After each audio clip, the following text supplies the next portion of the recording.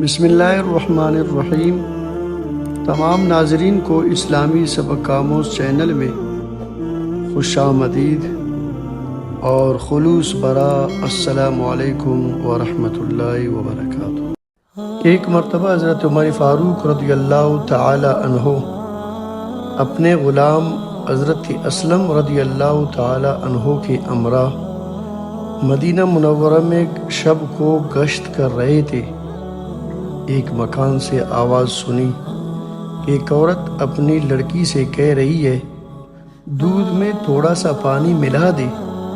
لڑکی نے کہا، امیر المؤمنین نے ابھی تھوڑے ہی دن پہلے منادی کرائی ہے کہ دودھ میں پانی ملا کر فروخت نہ کرو۔ عورت نے کہا، اب نہ امیر المؤمنین ہے نہ منادی کرنے والا۔ لڑکی نے کہا، یہ دیانت کے خلاف ہے کہ روبرو تو اطاعت کی جائے اور غائبانہ خیانت۔ یہ گفتگو سن کر حضرت عمر رضی اللہ تعالی عنہ بہت محظوظ ہوئے۔ لڑکی کی دیانتداری اور حق گوئی پر خوش ہو کر اپنے بیٹے عاصم رضی اللہ تعالی عنہ کی اس سے شادی کر دی۔